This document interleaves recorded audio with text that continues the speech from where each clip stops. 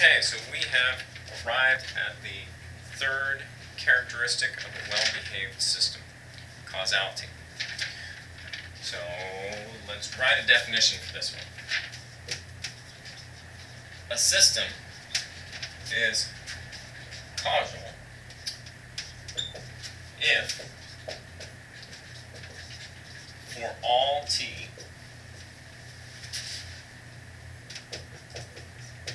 the output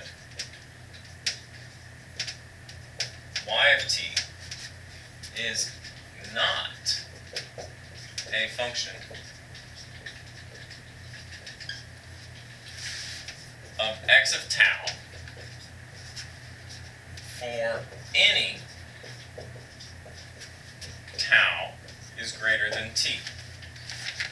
So a system is causal if, for all t, the output y of t is not a function of x of tau for any tau greater than t. What's this mean in everyday terms? So, everyday terms.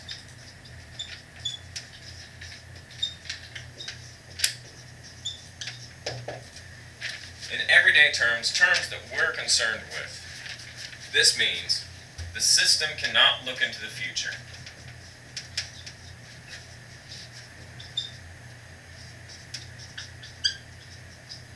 The system cannot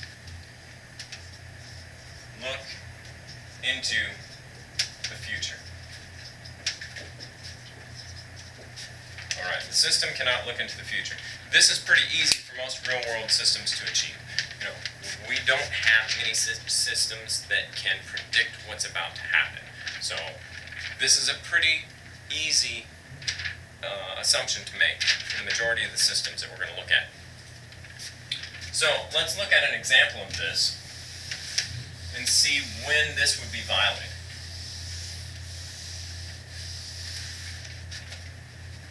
So say we have an equation, or a system, a system y of t is going to be equal to x of t plus 3 plus x of t minus 4.8.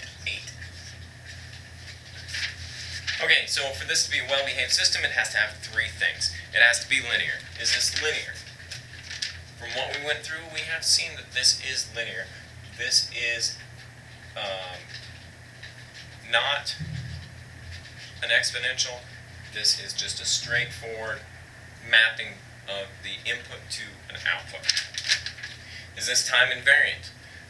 In order for it to be time invariant, we cannot have any t's outside of these equations. So, you know, if there was a plus t over on the side, then it would violate that rule, but since it does not, it's good.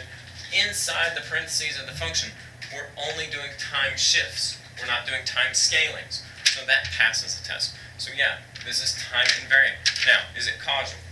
So, let's look. Does it look into the future? Let's draw this out on a timeline.